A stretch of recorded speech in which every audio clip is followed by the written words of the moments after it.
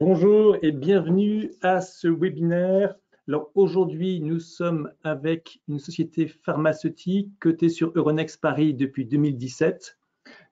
Donc une société pour laquelle les choses s'accélèrent puisque les étapes de commercialisation se rapprochent. Donc nous sommes avec Advicen et avec André Ullmann, son directeur général. Bonjour André. Bonjour Monsieur Barbier, bonjour à Merci de tous et votre toutes. présence.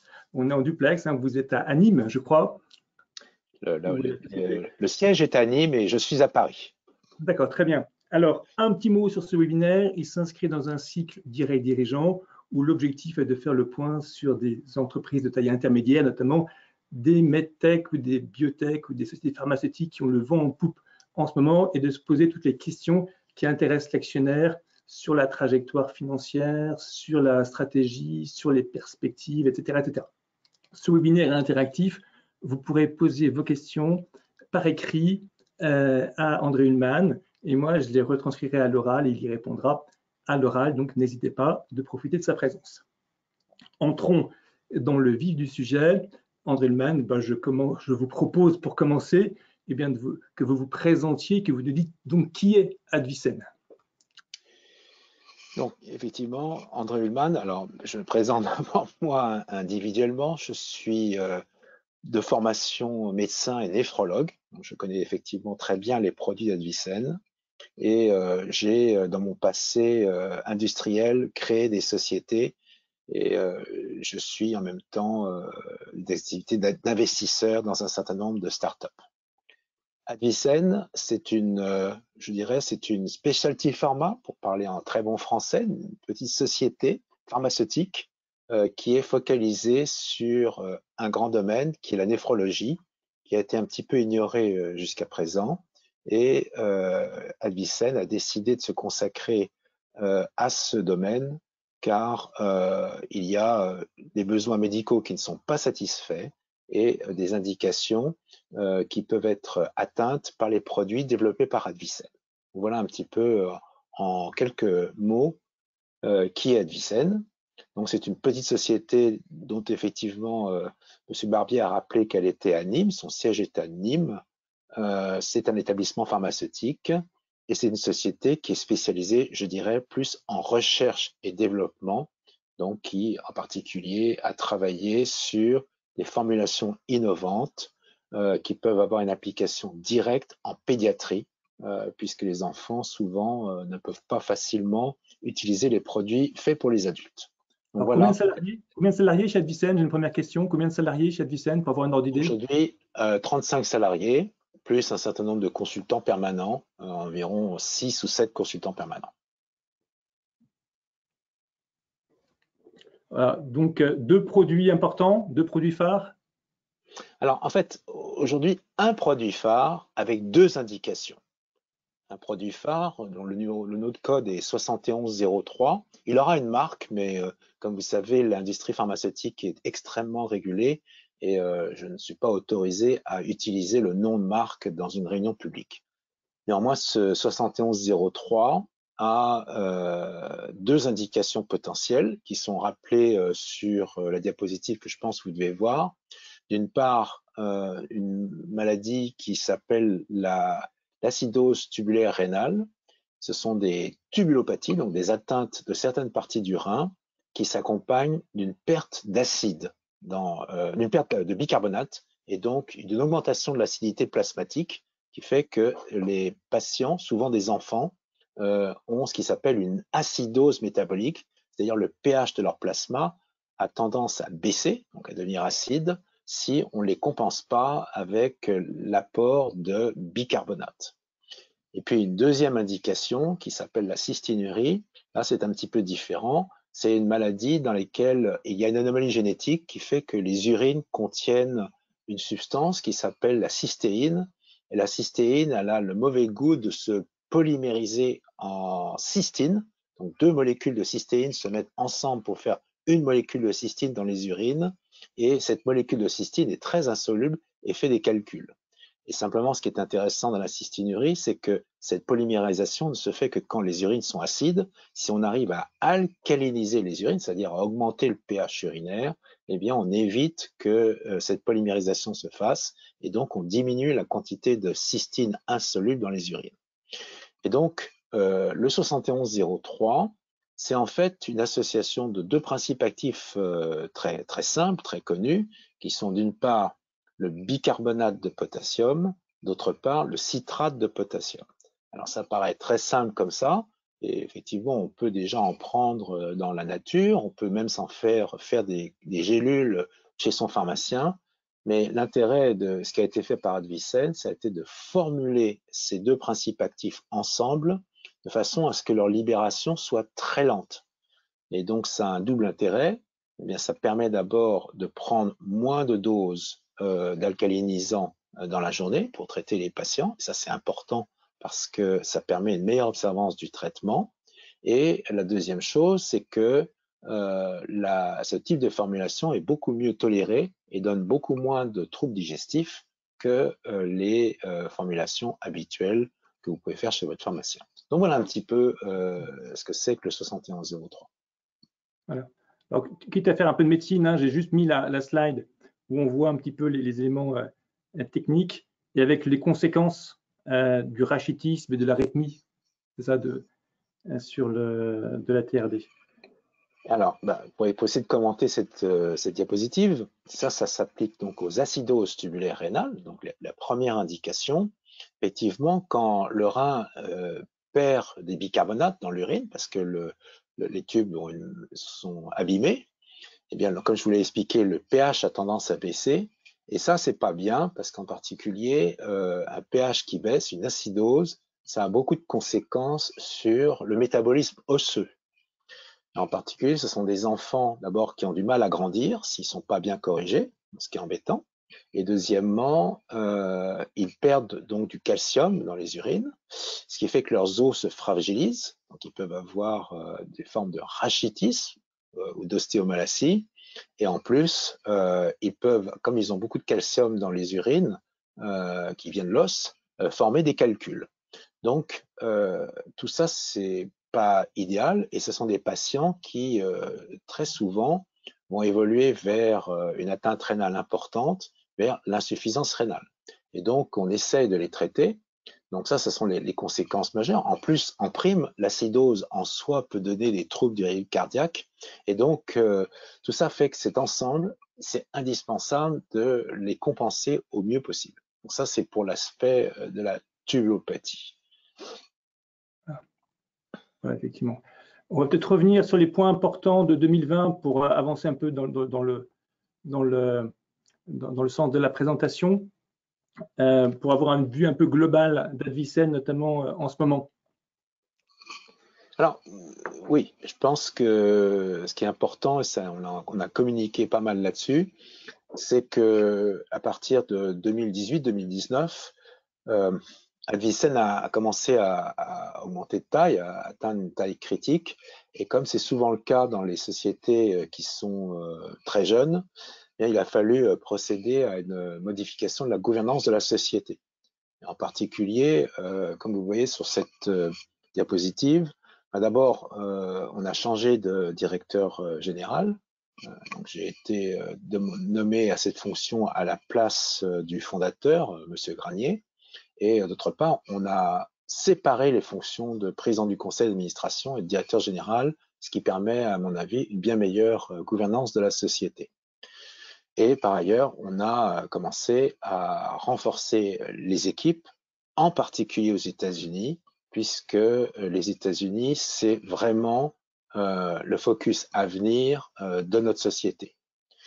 Donc, gouvernance, comme je l'ai indiqué, on s'est focalisé sur la néphrologie. Je dis que c'est quelque chose d'un peu nouveau, puisqu'initialement, la société avait commencé à travailler sur la neurologie, puis j'y reviendrai un petit peu plus tard. Mais on s'est rendu compte qu'il fallait vraiment se focaliser sur un domaine thérapeutique. Et parallèlement, comme les États-Unis, c'est vraiment le focus d'avenir, nous avons créé une petite filiale aux États-Unis qui est destinée à faciliter le développement de notre molécule dans ce pays. Ce n'est pas une filiale commerciale, c'est une filiale de développement, mais c'était important de la créer pour avoir nos propres salariés là-bas et d'avoir mieux la main sur ce qui se passe aux États-Unis. Donc voilà un petit peu en termes de gouvernance. Alors, si vous voulez que je continue à vous indiquer ce qui s'est passé en 2020, ben, il s'est passé beaucoup de choses. Donc, effectivement, j'ai pris mes fonctions au mois de mars. Je dirais, j'ai pris mes fonctions au mois de mars, le 12 mars, qui fait que le lendemain, nous étions confinés. Et donc, toutes les modifications de la société ont été faites, je dirais, essentiellement dans le confinement. Et à titre un petit peu anecdotique, j'ai moi-même pu rencontrer, je dirais, en présentiel, comme on dit, les équipes à Nîmes au mois de septembre. Mais néanmoins, je connaissais la société d'avant. Et donc, je dirais, la transition s'est faite, je dirais, sans à-coups et de façon tout à fait satisfaisante.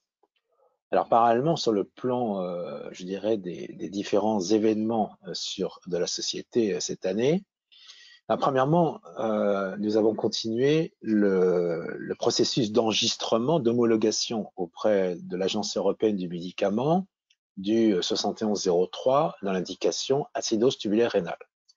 Alors, comme vous savez, c'est un processus qui est assez long, qui met environ 200 jours. Nous avons répondu à un certain nombre de questions en mars et maintenant très récemment au mois d'octobre. Et nous espérons maintenant avoir une réponse positive de l'agence européenne, je dirais soit dans le courant du mois de décembre, soit au tout début de l'année. Ce qui veut dire que si c'est tel est le cas, et je suis très optimiste sur ce point, eh bien normalement nous pourrions avoir cette autorisation de mise sur le marché une fois que tous les problèmes administratifs ont été réglés dans le premier trimestre de l'année 2021, ce qui signifie un lancement dans certains pays d'Europe dès le printemps 2021. Donc ça, Donc, dès le c'est, printemps je dirais, 2021, ce produit pourrait être utilisé, prescrit de manière assez large. absolument, dans l'indication acidose tubulaire pour l'instant. Alors deuxièmement, comme tout le monde, nous avons subi l'impact du Covid. Donc, je vous citais la difficulté quand même managériale dans une société qui est confinée. Néanmoins, nous avons pu, je dirais, surnager et au contraire tirer parti d'un certain nombre d'opportunités qui nous ont été, je dirais, apportées par le virus, curieusement.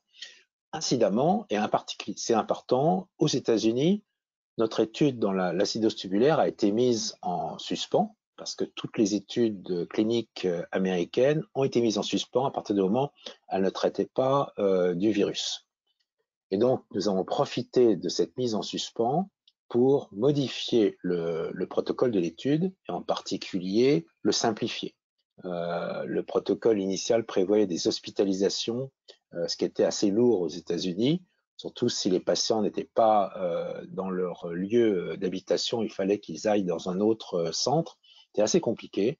Et donc finalement, nous avons tiré parti de cette situation pour convaincre la FDA qu'il fallait mettre en place plutôt des méthodes de télémédecine pour pouvoir étudier les patients. Et donc, nous redémarrons l'étude là maintenant, puisque nous avons l'autorisation de redémarrer dans l'extrême fin de l'année, avec un protocole qui sera simplifié et mieux adapté aux nouvelles conditions de médecine liées au coronavirus. Donc voilà un petit peu je dirais, les grands événements qui se sont passés cette année. Et parallèlement, nous avons effectivement continué néanmoins la préparation du lancement de notre produit en Europe au printemps prochain. Donc voilà un petit peu les grands événements. Ça a été une année charnière, assez compliquée, il ne faut pas se le cacher, mais je pense qu'en fin de compte, nous en sortons très bien et je pense avec des résultats positifs à venir très très intéressants. On peut peut-être dire un mot alors sur Ozalin, même si ce n'est pas le médicament de l'avenir pour vous, peut-être, comme il y a des impacts financiers importants et finalement comme ça a marqué l'année quand même en termes financiers. Vous avez deux mots à dire sur Ozalin? Oui, oui, tout à fait. Alors, je pense que d'abord, c'est un produit qui illustre bien le savoir-faire de la société. C'est-à-dire que c'est un produit qui a été développé d'une formulation en fait d'un produit ancien, hein, qui est le midazolam, qui est un sédatif. Et la société a pu, avec notamment l'université d'Amiens, développer une formulation qui est très innovante et qui permet son utilisation en pédiatrie. Alors effectivement, il s'est trouvé que sur le plan commercial, c'était pas exactement le savoir-faire de la société. Et donc, Advicen a fait un accord avec Primex Pharmaceutical, qui est une société de droit néerlandais, je crois. Et cette société a le droit de commercialisation dans le monde entier de notre produit, Osaline. Et l'accord prévoit que dans ce marché qui est extrêmement important,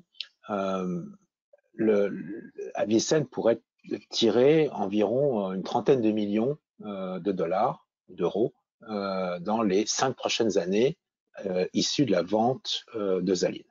Bon, on a été un petit peu retardé parce que là encore, le démarrage de la commercialisation de Zaline a pris du retard à cause du Covid, simplement parce que Primex ne pouvait pas faire la promotion qu'ils auraient voulu, mais c'est un produit extrêmement intéressant avec un marché potentiel très important. Et donc, pour Advicen, c'est très important d'avoir ce produit. Et encore une fois, ça illustre bien le savoir-faire de la société. Alors, sur les besoins, donc ça, vous avez dit déjà un certain nombre de choses sur les besoins. Peut-être juste rappeler le nombre de patients ou de malades en ATRD, en acidose, juste pour donner un ordre d'idée du nombre de patients en Europe ou aux États-Unis. C'était des questions qui étaient posées. Alors, bien sûr, c'est des questions normales. Je dirais que ce sont des petits marchés. Euh, Finalement, heureusement, il n'y a pas trop de tubulopathie rénale chez l'enfant, ni en Europe ni aux États-Unis. Donc, ce sont des pathologies orphelines.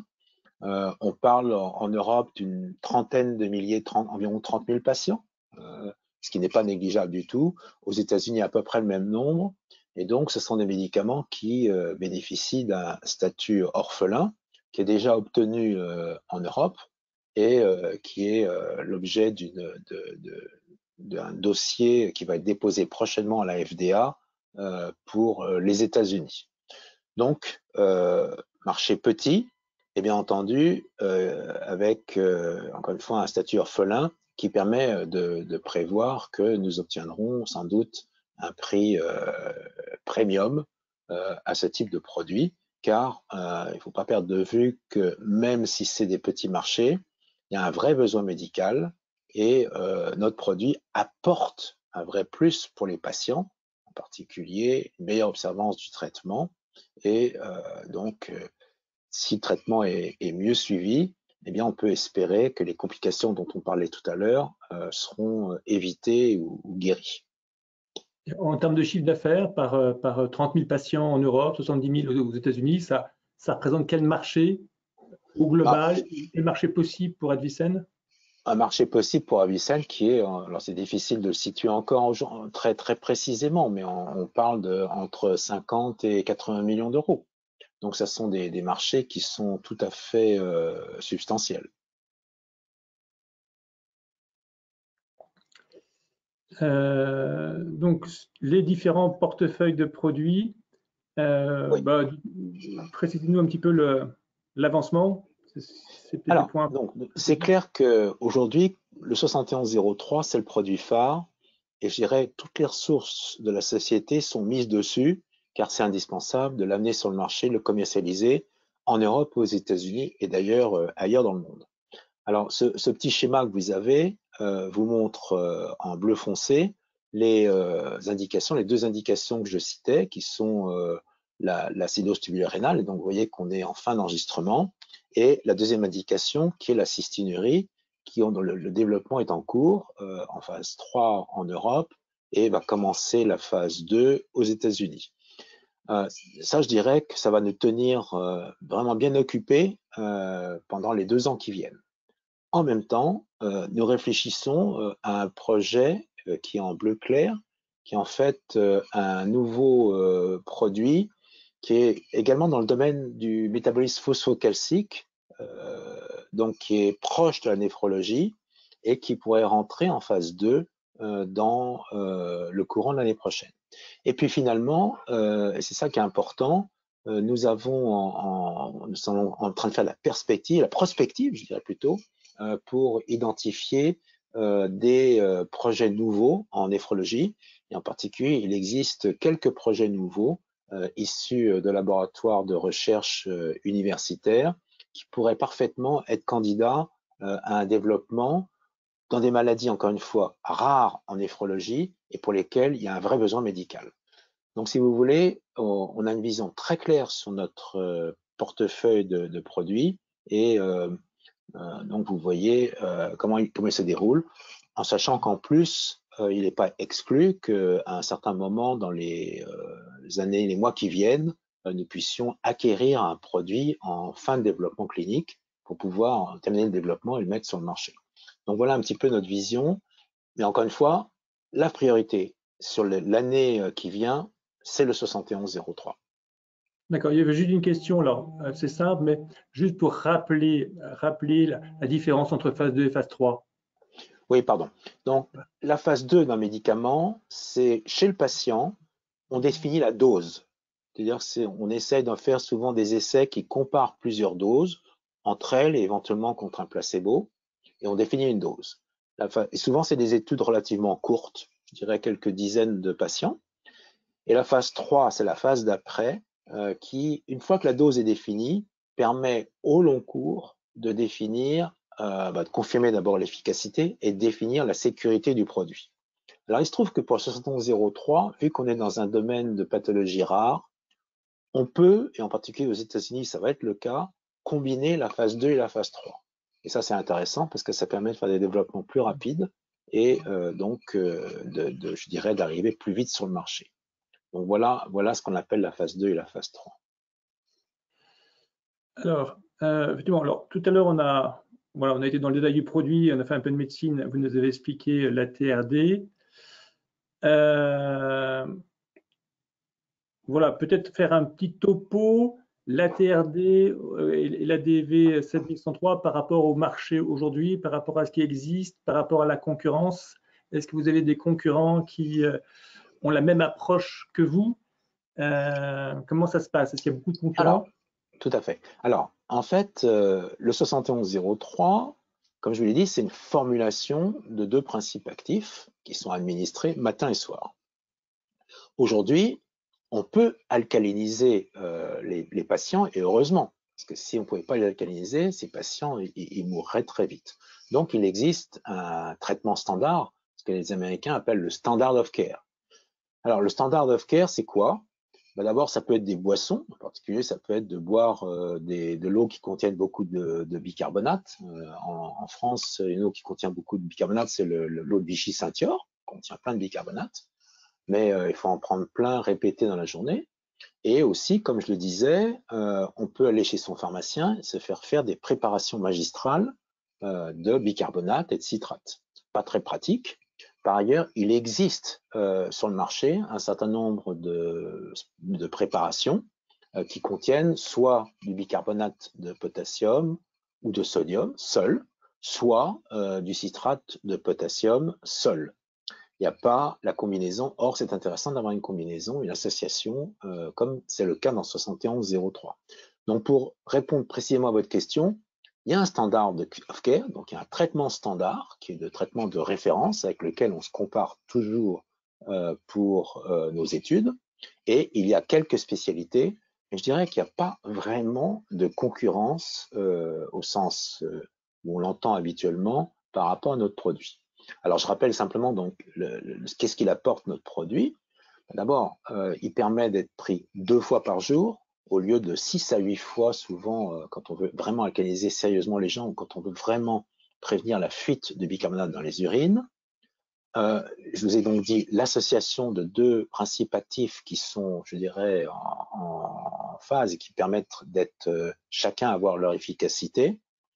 À partir du moment où il n'y a que 2 prises par jour, eh bien, je dirais ce qu'on appelle la compliance au traitement, c'est-à-dire en fait la manière dont les gens observent leur traitement est bien meilleure parce que prendre un produit 2 fois par jour, c'est beaucoup moins grave que d'être obligé de le prendre 6-8 fois par jour. Et donc, ça, c'est extrêmement important. Et puis, je ne sais pas si vous avez bu de l'eau de Vichy, il y a des gens qui adorent ça, mais il y a des gens qui n'aiment pas ça du tout. Et donc, là aussi, c'est un problème de goût. En particulier chez les enfants, ça peut être très important de leur donner des produits qui n'ont aucun goût, ce qui est notre cas, plutôt que des produits qui ne sont pas très bons. Donc, également, on va dire en termes d'acceptabilité, en termes de qualité de vie, notre produit apporte un plus absolument indiscutable. Donc, la phase 3, vous avez eu des résultats. Qui sont présentés Comment ici. vous qualifierez vos résultats de phase 3? Est-ce que c'est ceux auxquels vous vous attendiez? Comment ils ont été perçus par le marché et le milieu médical? Alors, auquel on s'attendait, oui, parce que je pense qu'on ne serait pas lancé dans un tel projet si on n'avait pas l'idée que ça allait marcher. Donc, on avait beaucoup de raisons de penser que ce serait le type de résultat. Le marché, je ne peux pas encore vous répondre puisqu'on n'est pas encore commercialisé. En revanche, ce qui est intéressant, c'est qu'à la fois le milieu médical, donc nous avons des leaders d'opinion qui sont extrêmement intéressés par le produit, et qui plus est, les agences des médicaments sont très intéressées. Donc, nous sommes aujourd'hui à l'agence européenne qui pose un certain nombre de questions. C'est toujours normal dans l'instruction d'un dossier, mais on sent que manifestement, il y a un intérêt pour le produit. Et je dirais, de la même manière, l'administration américaine, la FDA, est également intéressée par le produit. Donc, oui, je pense qu'il y a un vrai intérêt au point de vue du corps médical et au point de vue des agences qui vont nous juger. Et bon, je pense que ça préjuge bien de l'intérêt commercial du produit. Je vais vous poser une petite question qui m'a été posée. Est-ce que dans votre potentiel de marché de l'ATRD qu'on a dit tout à l'heure, est-ce que vous incluez des patients ayant un syndrome de Sjögren? Sjögren. Oui. Je ne suis pas spécialiste, avec complications rénales, et donc il y aurait environ 1 million de Sjögren en Europe. Alors, je dirais que oui, bien sûr, parce qu'en fait, aujourd'hui, nous avons travaillé surtout chez l'enfant avec des tubulopathies qui sont d'origine génétique, mais absolument, l'utilisation de notre produit peut se faire dans le syndrome de Sjögren. En revanche, je ne suis pas tout à fait convaincu qu'il y ait autant de patients qu'on lise qui ont des atteintes rénales liées au syndrome de Sjögren. Le syndrome de Sjögren n'est pas rare, mais les atteintes rénales au cours du syndrome de Sjögren ne sont pas très fréquentes. Néanmoins, les tubulopathies au cours du syndrome de Sjögren sont parfaitement accessibles à notre produit.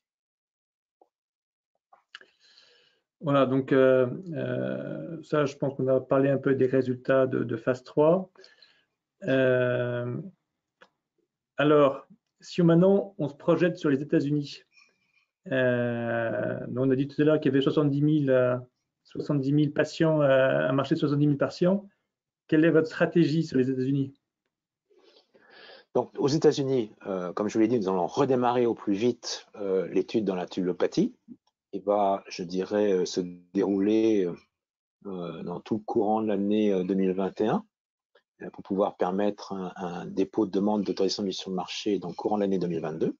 Donc ça, c'est la première chose. Parallèlement, nous allons mettre en route très rapidement le développement dans la cystinurie aux États-Unis. Si vous voulez, en Europe, on a décalé pas mal les choses parce qu'on apprenait et qu'on ne pouvait pas tout faire. Maintenant qu'on a un petit peu appris à bien connaître nos pathologies, on peut aller plus vite dans les développements. Et donc, aux États-Unis, on a décidé qu'on allait mettre les bouchées doubles sur la cystinurie, de sorte que, là encore, nous pourrons déposer, je pense, un dossier dans la cystinurie à l'extrême fin de 2022 ou au début de 2023, de sorte que finalement, les deux indications, nous espérons les atteindre aux États-Unis à quelques semaines ou mois de décalage. Donc voilà notre stratégie. Donc c'est une stratégie de développement. Comme je l'ai dit, nous avons maintenant notre propre équipe de développement. En revanche, sur le plan de la commercialisation, je dirais que je ne pense pas, c'est un peu loin encore, mais je ne pense pas que nous commercialiserons par nous-mêmes aux États-Unis. Je pense que ce sera plutôt par le biais de partenariats qui sont encore à définir. Le marché américain, bon, pour la cystinurie, c'est aussi une question qui m'est posée. Donc la cystinurie, c'est également une maladie orpheline. mais là, on parle plutôt de centaines de milliers de patients. Donc, je dirais qu'on est plutôt dans des échelles qui sont de l'ordre de 100 à 200 000 patients. Et de C'est un marché? marché c'est un marché plus grand que les tubulopathies. C'est un marché plus grand, mais en même temps, c'est un petit marché. Donc, mais c'est un marché qui est quand même beaucoup plus important et qui alors, est plus large puisqu'il ne touche pas que les enfants, mais plutôt au contraire les adultes et surtout, je dirais même les adultes. Et en termes en dollars ou en euros, qu'est-ce que ça peut représenter? Et j'ai aussi plusieurs questions sur le coût du traitement à l'année, par exemple, aussi bien sur la TRD d'ailleurs que sur la cystinurie, juste pour se rendre compte à peu près pour un patient, qu'est-ce que ça peut générer. Alors, je ne vais pas donner des chiffres trop précis parce que je pense que c'est un petit peu prématuré et je pense que c'est pas encore suffisamment élaboré. Je vais déjà vous donner une information, par exemple, quand on fait par exemple des préparations magistrales de bicarbonate, on se rend compte que le coût de traitement annuel peut être aux environs de 1500 à 2000 euros par an chez un patient. Contrairement à ce qu'on croit, n'est pas du tout négligeable. Je pense que il n'est pas déraisonnable de penser qu'en Europe, on puisse multiplier par 5 le coût de traitement annuel et que ce soit tout à fait acceptable par les autorités d'enregistrement et par les autorités de remboursement, car, encore une fois, j'ai expliqué le bénéfice qu'on peut démontrer pour les patients. Alors, si vous prenez maintenant les États-Unis, les États-Unis, vous savez que souvent, on peut dire qu'il y a un facteur 2 entre les prix européens et les prix américains. Donc, je vous laisse imaginer ce que peut être le coût de traitement annuel aux États-Unis d'un tel produit. C'est évident que de toute façon, et en particulier c'est vrai pour les États-Unis, il faut que nous travaillions, et nous avons commencé à le faire très activement, ce qu'on appelle le market access, la rencontre avec les payeurs, pour pouvoir défendre un prix premium sur le produit. Donc ça, nous y employons et nous l'avons également fait dans l'Union européenne. Alors, si on avance un petit peu sur la présentation, peut-être qu'on peut, voilà, donc on rappelle des chiffres qu'on a cités tout à l'heure. Petit rappel aussi, un schéma pour rappeler exactement Sur les lancements, différents lancements, où est-ce qu'on en est, autorisation de mise sur le marché, lancement, où on voit effectivement le décalage d'un an sur les États-Unis par rapport à l'Europe, en quelque sorte. absolument. Et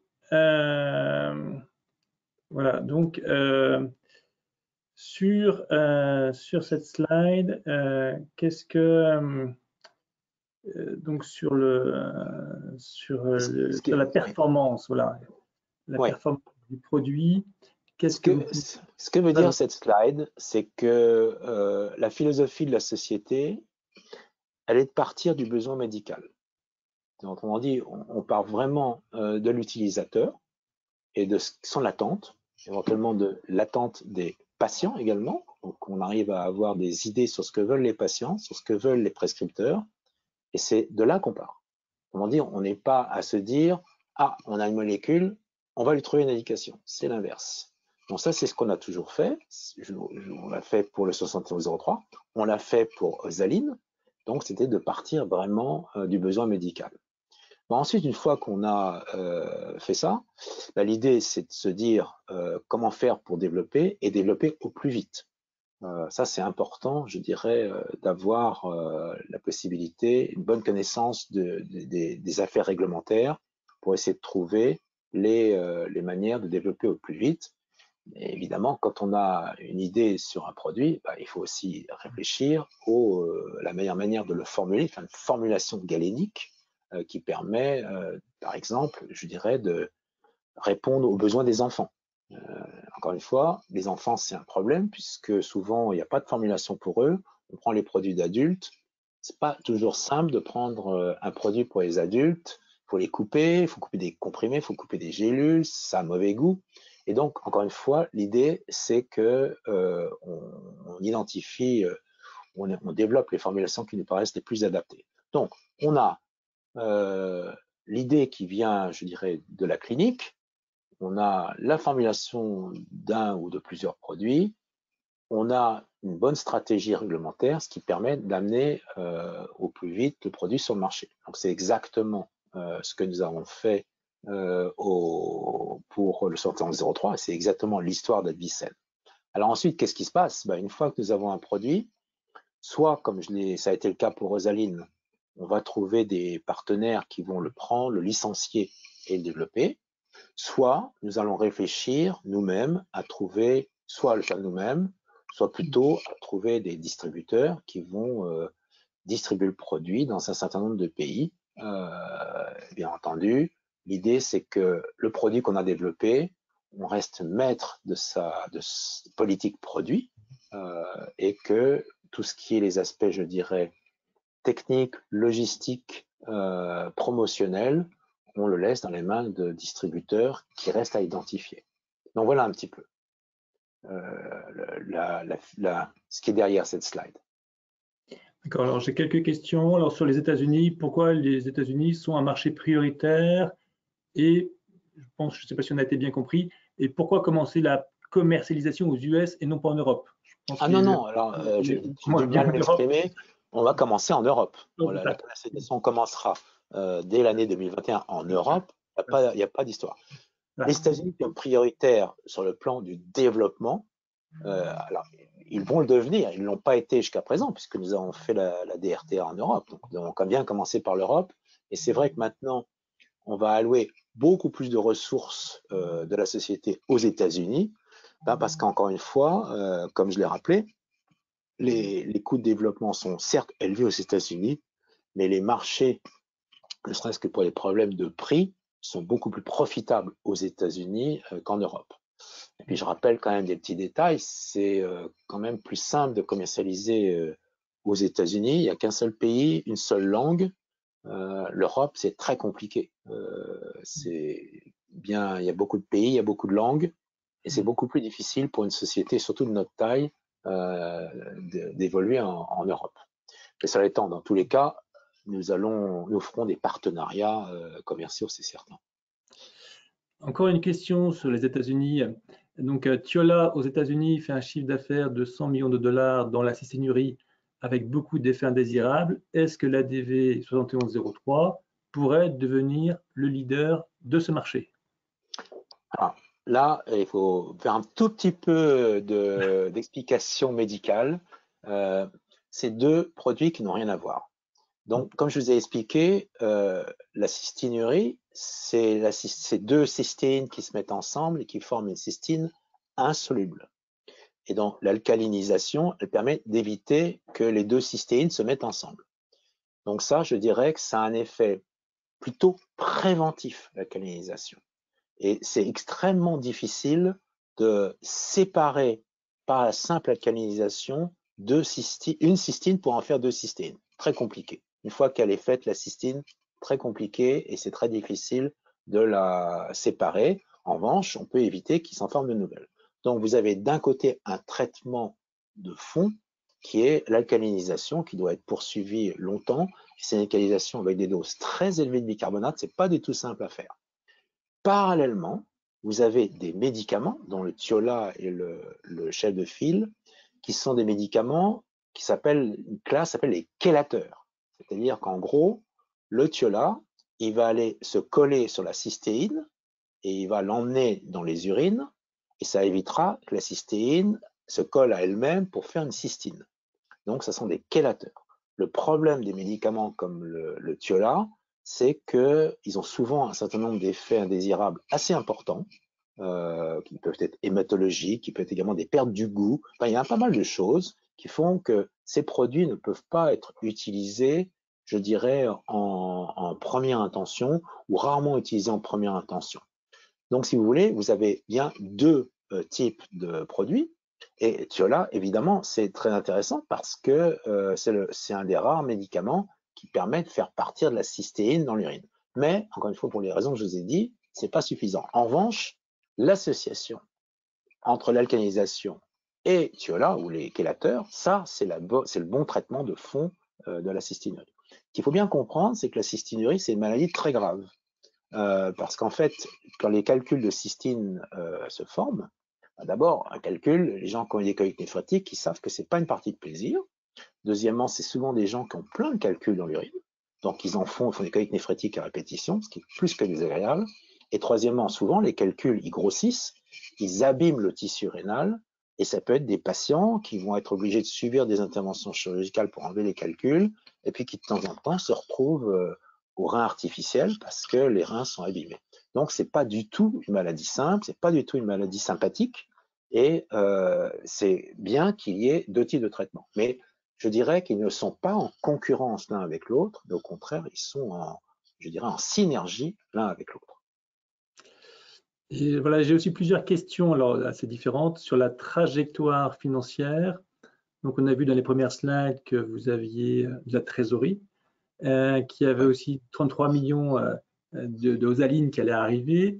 Et voilà, est-ce que la commercialisation qui va arriver pour la TRD, voilà, comment, quelle solidité financière, quelle trajectoire financière avez-vous? Est-ce que vous allez pouvoir tenir jusqu'à la commercialisation de la TRD euh, à son, euh, à son rythme de croisière? Est-ce que vous avez besoin de faire des levées de fonds? Voilà, comment va se passer votre trajectoire financière? Comment vous la projetez sur les deux Alors, prochaines années?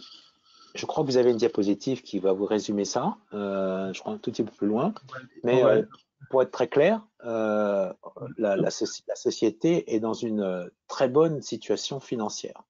Alors, je pense que vous avez tout à fait à la fin, je crois qu'il y a Je une pense slide qui va vous résumer la position de la société. vous Si vous avez avancez encore, fait, vous pouvez le encore marqueur. avancer. Je ne suis pas sûr. Bon, sinon, moi, je vais je peux pas vous la passer, mais bon, peu importe. Ce que je dirais, c'est que non, c'est bon. Donc nous avons largement nos besoins financiers couverts jusqu'au développement, bien entendu, européen, mais également, je pensais qu'on avait non, on n'a pas, c'est pas grave. On a la situation financière, nous avons à peu près 17 millions d'euros en cash. Nous allons bénéficier d'un PGE aux environs de 4 millions d'euros. Et ça, c'est pour l'immédiat. Et nous avons également bénéficié d'une première tranche de 7 millions d'euros de la BUI. Donc ça nous permet de tenir jusqu'à la fin 2022 sans aucun problème, et en particulier avec des coûts de développement américains extrêmement importants. Nous avons une troisième tranche de levée possible de la BI qui représente environ 12 millions d'euros. Donc je dirais que la situation de la société est plus que satisfaisante sur le plan financier. Ce qui est important, c'est que nous n'envisageons pas pour l'instant, parce que nous n'avons pas besoin de faire de levée de fonds dilutive. Donc ça, je pense que c'est tout à fait clair.